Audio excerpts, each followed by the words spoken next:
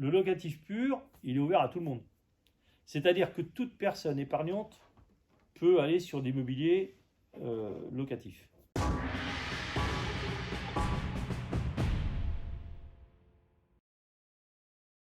On reste toujours sur le même schéma. Il ne faut pas se tromper. C'est-à-dire faire un investissement locatif, c'est vouloir épargner sans s'en rendre compte.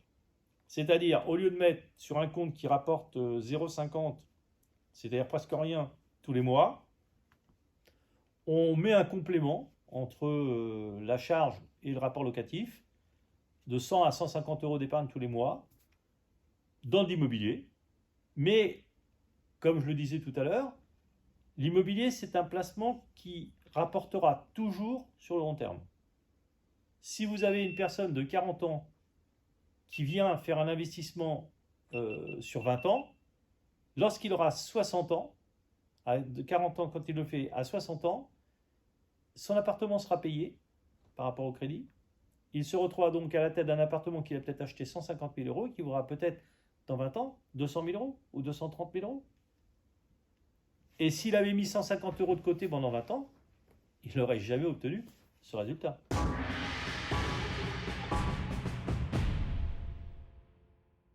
Ça peut. Alors, il faut être franc.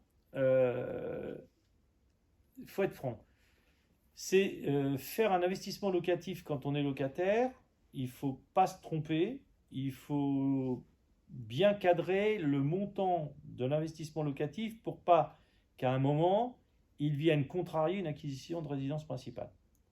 C'est-à-dire qu'il faut que la charge résiduelle ne soit pas trop importante pour que ça laisse à la banque qui suivrait la personne en résidence principale la possibilité de rentrer dans le cadre de ce qui est imposé, c'est-à-dire le taux d'usure, les 33% et les 7 années de salaire en possibilité d'emprunt maximum sur les termes actuels.